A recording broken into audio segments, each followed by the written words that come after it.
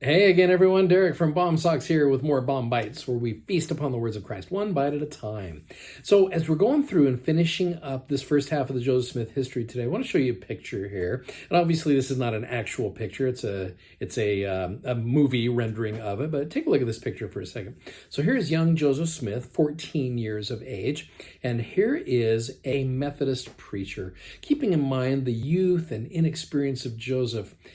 Verse 21 of the Joseph Smith history says that one of these Methodist ministers who was very active in the all this excitement that had been going on, all of a sudden he comes to Joseph and he says, he treated my communication not only lightly, but with great contempt, saying it was all of the devil. That there were no such things as visions or revelations in these days, that all such things had ceased with the apostles, and that there never would be any more of them. And if I was Joseph, that would, honestly, you think of his tender years, you think of the experience he had just had, and just the insecurities of being a teenager as it is, having someone who perhaps been more of a mentor or someone who Joseph had looked up to, all of a sudden has just given Joseph all kinds of grief. In fact, it didn't just stop here with this Methodist minister. You go to verse 22. I soon found, however, that my telling the story had excited a great deal of prejudice against me among professors of religion, and was the cause of great persecution, which continued to increase. And though I was an obscure boy, only between 14 and 15 years of age, and my circumstances in life, such as to make a boy of no consequence in the world, which I think that's such an interesting phrase. Here's Joseph, a boy of no consequence. Yet men of high standing would take notice sufficient to excite the public mind against me and create a bitter persecution. And this was common among all the sects, all united to persecute me. I don't know if we fully appreciate what the kind of stress that Joseph's going through as a 14-year-old kid. In fact, here's a quick little video that kind of gives you an idea of what it was probably like.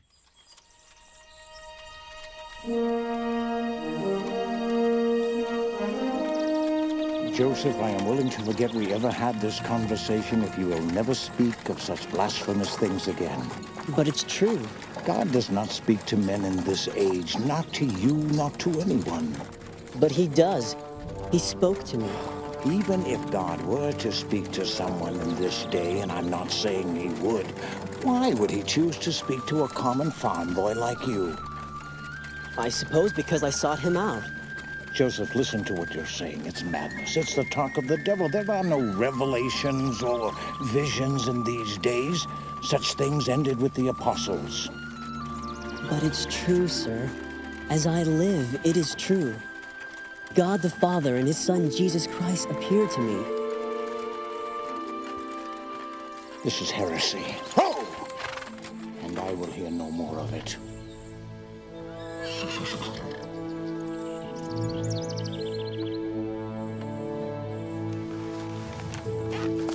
Mark my words, Joseph Smith. No good will come from this.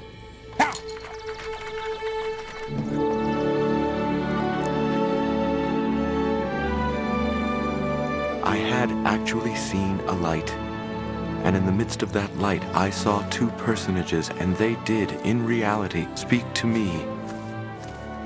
And though I was hated and persecuted for saying that I had seen a vision, yet it was true. I knew it, and I knew that God knew it.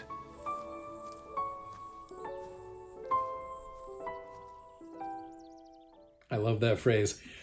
Nothing good will come from this. Yeah, right. Okay, so verse 23, here's Joseph kind of tying this together. It caused me serious reflection then and often has since, how very strange it was that an obscure boy of a little over 14 years of age, and one too who was doomed to the necessity of obtaining a scanty maintenance by his daily labor. You know, you think about this, because he was a poor farm boy from a poor family, he didn't attend school as frequently as other children did or had the opportunities to do so. He was limited to the study of just the basics of reading and writing and just basic math. That was it. He did not have that formal education. So Joseph viewed himself as a person who's just gonna, like he says here, doomed to the necessity of obtaining a scanty maintenance by his daily labor. Should be thought a character of sufficient importance to attract the attention of the great ones of the most popular sects of the day, and in a manner to create in them a spirit of the most bitter persecution and reviling. But strange or not, so it was, and it was often the cause of great sorrow to myself. So I want us to be able to kind of really feel for Joseph and what he's going through here as a teenage boy, all of a sudden having all of these professors of religion just coming at him from all directions, and not only coming at him, but exciting the whole public against him. This created all kinds of stress for him. So a lot of us, I think, have been, and some more so than others, have been persecuted because of their beliefs.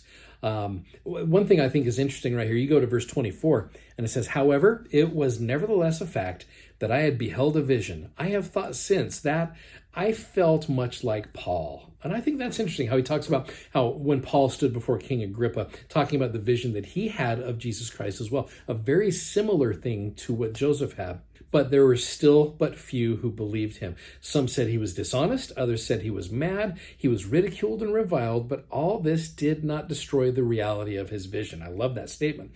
He had seen a vision, he knew he had, and all the persecution under heaven could not make it otherwise. And though they should persecute him unto death, which they did to both Joseph and to Paul, yet he knew, and he would know to his latest breath, that he had both seen a light and heard a voice speaking unto him, and all the world could not make him think to believe otherwise. You know, as I was thinking about this, I started thinking about, here's Joseph, who grew to love the Apostle Paul.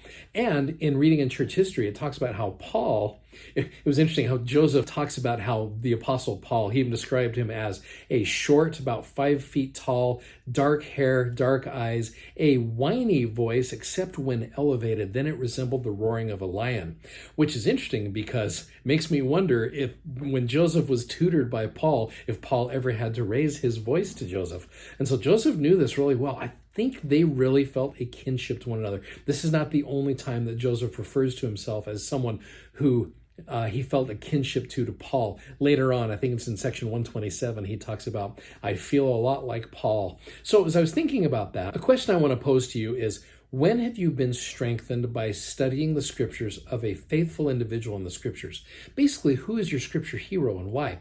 Because a lot of times I think if we can feel that connection to a scripture hero, it's going to help us to be able to figure out our way through these difficulties. So here's Joseph as he has studied about Paul, keeping in mind also this is 18 years later after this experience had happened. And perhaps even Joseph had been tutored by Paul up to this point here. Who knows? But Joseph had made a connection, and I think that made his ability to handle difficulties a lot stronger. Maybe you feel a connection to Nephi. Maybe you feel a connection to Jacob. Maybe you feel a connection to I don't know, there's so many out there. Abinadi, maybe you feel it to Samuel the Lamanite. There's so many individuals, but I hope you and I, as you look at who your scripture hero is, why do you feel that kinship to them? And maybe their example will help you as you're going through a difficult trial.